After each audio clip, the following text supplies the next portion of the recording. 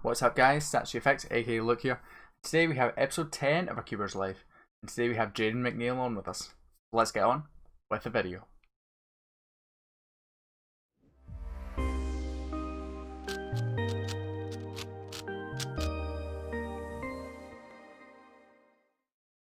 Jayden McNeill is a Kewber from Australia who started competing in 2012. He's attended 87 competitions and completed more than 6,500 solves.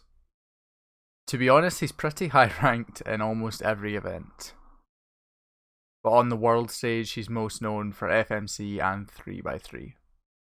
Jayden has earned 2 world records, 52 continental records and 4 national records, with over 200 golds. As well as this, he won Square 1 at Worlds 2017, came 3rd in 2x2 and 2nd in Scube in Worlds 2015. Jayden also has a YouTube channel where he puts out lots of helpful videos on 3x3 improvement. Today we have Jayden McNeill on with us. Thanks for coming on. Yeah, thank you for having me. Happy to have a little chat. So I'll just dig into the first question. So what does a kind of typical week look like for you in terms of kind of work, school, life, and kind of how does cubing fit in with all that? Right. Well, I mean, with the current situation, like a normal week hasn't really existed for a while, but like, you know, that stuff aside, I did university back in 2017. That was when I did my first year. And then I dropped out after because I just hated it. I couldn't stand, I don't know, I'm not an academic type. Full disclosure, like in high school, I didn't get good grades. Not really sure how I even got into university, but yeah. So after that, didn't really do anything for a year, just kind of cubed and was kind of in between stuff. And then got a job, was doing bookkeeping and also disability support. So that was like my life for about a year. And then during like 2019, I basically spent the whole time working on like my online business, my online brand, my whole online presence and all that. So I launched like a newsletter in February and a course in January of the following year. So pretty much for all of 2020, I've just been doing cubing full time. Like the start of the year, I was working on the course, and now I'm, actually doing cubing for a, not like a great living, but better than what I was getting at my previous jobs. So typically during the week, like I just spend it like answering emails from my students, or like, messaging them if they like have a question or something. I might practice a little bit here and there.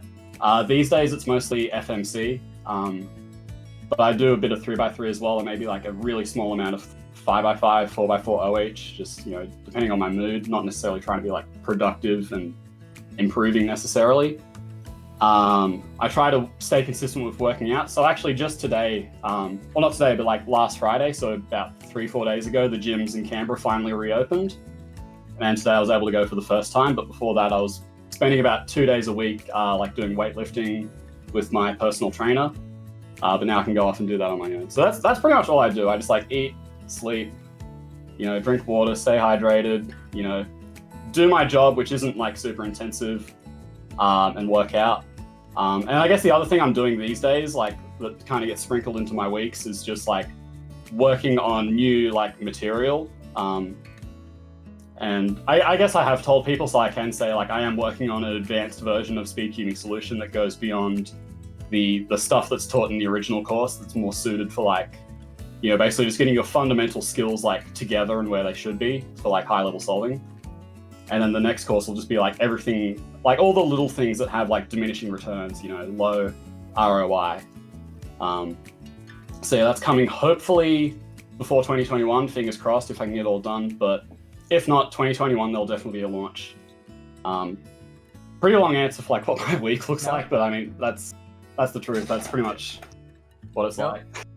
That's pretty exciting then, because I think you're one of few that are actually in a privileged position to kind of have work and cubing be very, very kind of almost coexistent. Yeah. I mean, privilege is a good word for that.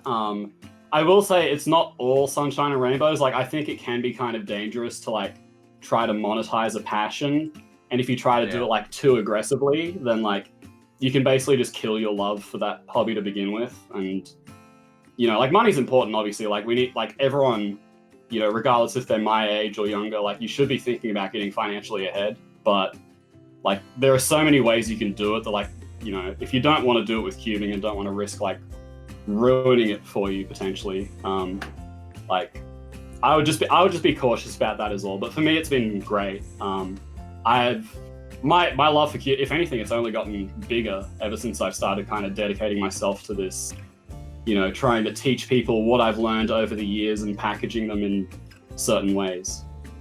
So yeah, I definitely feel very privileged to be in my position. Yeah, because monetizing a passion is definitely a kind of slippery slope. Because I know from my experience, it's like, dangerous. With content creation, the minute kind of money comes into it, you kind of, obviously it's your passion and you want to keep it the way that you. But then you also want the money. Then, you're like, yeah, you know, you might not feel like doing it, but it's like, but I want the money. I don't know. And then you start doing things you don't want to do, and yeah, it's definitely a kind of slippery slope. But as long as you go in with the mindset of, no, this is my passion, it's gonna stay kind of that way, then yeah, you're set well. So yeah, and hopefully like the path you take, like as like just before we get to the next thing, like, you know, you're not trying to monetize it in a way that'll like spread yourself too thin. Like I know some ways other people have done it is like going to like businessy type conferences and like, you know, relating like the cube while doing like fancy solves to like, I don't know, just business ideas, philosophy, I don't know, just stuff like that. Basically just like, I think it was just like entertaining boomers, to be honest, but I mean, people do that. And you can get paid pretty well, but you're also, like a big part of that is like your time is attached to what you get paid. And like, it's not really something you can scale, essentially. Like, basically one of the biggest things I focused on was making sure I made something that I could scale if I wanted to, which I probably will, and that just allows me to like, you know, I'm not going to have to put constant amounts of time in for like years and years to come to get like the same, you know, return on my time. But yeah, anyways, that's all I wanted to say about that. Because I know there have been a few comments made in the past about kind of the pricing of like speed cubing solution. I think a lot of people underestimate the amount of time that actually goes in into it. Yeah, and look, I totally don't blame people for like complaining about the price. Like anyone who's not living in like North America or like the, you know, the more well-off parts of Europe, like yeah, it's expensive. And like it's a lot for a hobby that generally doesn't, like obviously it's a great hobby and I love it, but like getting good at it doesn't necessarily, you know, a lot of people aren't going to necessarily think like that's worth $300 to them, and like that, I totally get that. Yeah. There have been some interesting moves recently though with the kind of new Rubik's ambassadors and stuff like that. I know Cubing at Home Season 1 has a prize pool of $5,000. So moving forward, I do think we could maybe see a bit more kind of cash or prize money available through Cubing, which is it's quite interesting to see it progress. Yeah, I mean, like with the whole like COVID situation, I think we've adapted to like our kind of need for like competition and like competition related content, you know, like races with Timon and Felix or whoever else, like Leo, he's obviously been popping off recently. I think we've done a pretty good job of that, and it's cool to see like we've actually gotten money into it. I do have concerns about like some of the like legitimacy with like how easy it is to cheat and stuff, but like other than that, it's mostly a good thing. And I think most of the top queuers aren't really trying to, you know, make a buck off it. Yeah. Put it lightly. So, in relation to kind of your practice, if we kind of go back, I don't know, maybe 2 or 3 years, something like that. What did your kind of practice consist of? So, were you kind of just drilling solves, or implementing new techniques, stuff like that? Yeah, so like if I think back to a couple years ago, like 2 or 3 years ago, that was like right around the time I was like just kind of transitioning from being an all-rounder to like a 3x3 specialist. So back then, a lot of my practice was just kind of like doing solves and then like very slowly implementing new techniques. And to be honest, that hasn't really changed. It's just like nowadays, because I've had to spend so much time like creating newsletter content or like creating a course that, you know, can like teach people how to get from A to B. It's just made me more aware of like all of the components that like make improvement, and it's kind of made me realize like, you know, in different terms, like why I was able to succeed at certain periods of my career, whereas others I kind of, you know, fell flat, or, you know, something to that effect. But yeah, no, the way I practice over the years, like practice has been a very natural thing for me. Like I have a very strong passion for cubing. I'm not completely proud to admit, but like I'm not ashamed to admit, like my first like 5+ years of cubing, I was doing at least 4 hours a day, every day, without missing a day. And it did not feel like work, even like a little bit. So like, that kind of gives you an idea of like how much kind of natural passion, if you want to call it, but just like natural motivation to, you know, put in time and, you know, put in lots of effort to get really good at, you know, different events. Yeah. What was the question again? I don't know if I quite answered it or not. No, you did. All right, we good? All right. Yeah. Excellent. So, obviously, you've got a detailed course on kind of 3x3 improvement. But if we were to kind of narrow it down to kind of maybe 3 or 5 general tips for kind of 3x3 improvement, kind of what would they be? Maybe almost kind of stuff that people wouldn't normally say. So obviously you get the typical. Yeah, I'll try to give like, I'll give good advice, but I'll try to like not give like super obvious advice. Like I'm not going to tell you to just like do solves and learn stuff. So with my course, it just kind of like going back to a bit before, like we were talking about it, like how much time went into it, just so people know. Started working on the course in February or like January 2019. So this was before the newsletter even went live. And from then until like almost a year later, like actually pretty much exactly a year later, it was finally ready. Because I had to buy a camera, because like my I wasn't gonna sell a course with like 360p video, like that's just not on.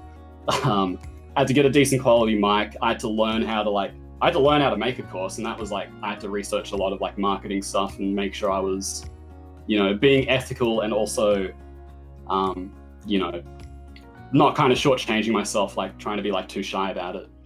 But as far as like advice from the course goes, so my course is very much based on the fundamentals. Like I mentioned, like the advanced course that's coming later will be the advanced stuff, but like the fundamentals as I see them, so for 3x3 specifically, the first fundamental and the fundamental people overlook the most is finger tricks. Finger tricks are what you use to do every step of the solve. You need good finger tricks for cross, you need them for F12, and you need them for your last layer algorithms, even if you're just using OL and PLL. So first big tip is do not underestimate the power of having good finger tricks and the power of like cleaning up your finger tricks and like being aware of like when you might be regripping unnecessarily, or maybe when you're trying to like compensate for a finger trick you don't necessarily know. Like maybe if you don't know how to do U2 with one of your hands with the double flick, then you'll be compensating with the other hand, and that'll kind of inform your alg choices, and you'll probably end up learning algorithms that they're like optimal for like your turning style, but if you have a better turning style, then it stops being optimal. So that's the first one. Finger tricks, finger tricks, finger tricks. Drill that in your head. That's the first big tip.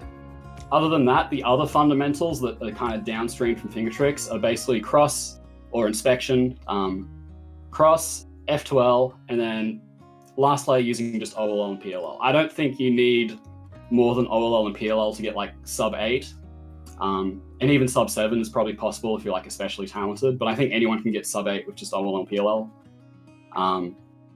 So I'll just talk about the biggest things I kind of emphasize with like each step. Last layer, like the biggest thing I kind of try to emphasize is like really refining your algorithms and getting your like base alg for each case as fast as you can possibly get it. And you can like throw in secondary ones later on, like, you know, OLLs and Ps or PLLs from different angles, things like that. But like having your base algs really, really refined is going to get you so far ahead. It could be the difference between like, you know, like say some random sub 10 solver who's just kind of done solves and not really thought about it. They might have like a 4-second last layer. But if they spend maybe a few weeks just going through the, I think it's 78, if you count all of OL and PL, like all of those cases and really refining every aspect of it, they could shave a second off their solve. they could very easily shave a second off their solve just by doing that, and it would take like maybe a couple weeks, and probably even a lot less than that, honestly. And like, obviously, like for most people, they probably don't need to work on LL straight away, but the fact that it can give you such a big time difference with like relatively little work is pretty incredible. I'll get to cross last. For F2L, my one big thing I'm kind of big on is like over the years, I've talked a lot about like look ahead and the correct way to do it as I see it.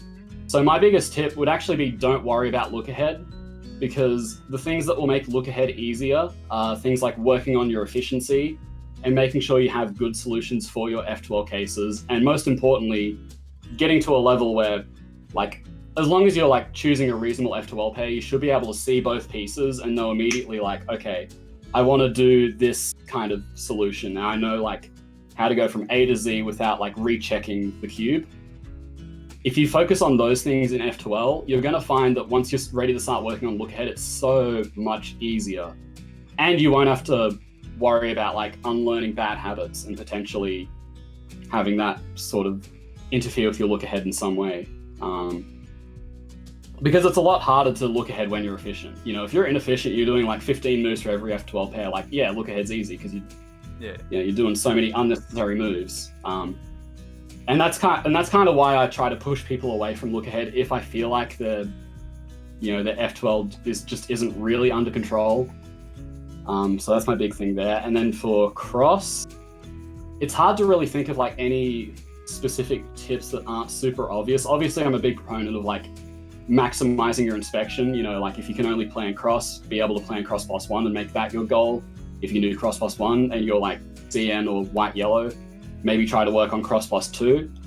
But I'm basically just a big fan of pushing your inspection and like how far you can inspect. And the other, I guess one of the biggest tips I tend to give people, and this is probably more of a basic one, but I do think it is very helpful, study example solves and reconstructions.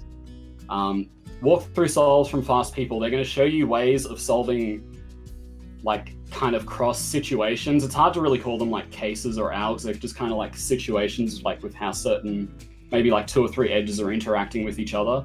Like ways to deal with like certain scenarios that you mightn't have thought of yourself.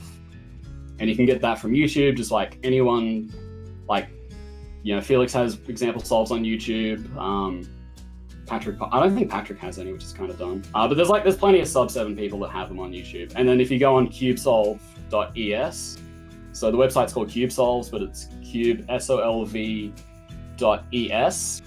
That's basically like a library for cubing. Like you've got pretty much every relevant 3x3 solve ever reconstructed there, and you can just go through the solution, see what they did, and see if you can learn from it.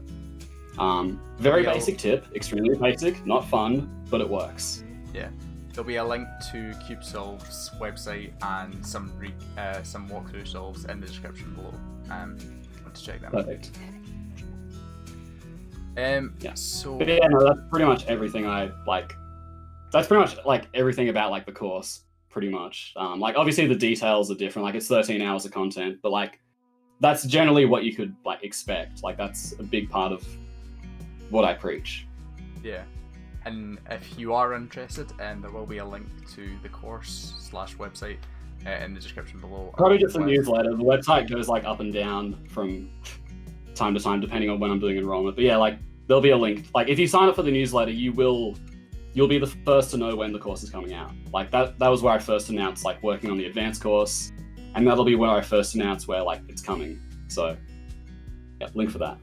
Yeah. And also a link to Jaydens' YouTube in the description below as well. Yeah. Sub to my channel. Get me to 100 subscribers. Sub me. Sub to me as well. Sub for sub. Sub for sub. Yeah. So I think that's everything from me. Big thanks that's again. It? All right. Well, big thanks again for coming on. Yeah. My pleasure. Thank you. This is a good interview. I like the questions you asked. Check out all his info in the description and show him some love. Yeah. See you guys. Yeah. Always point down.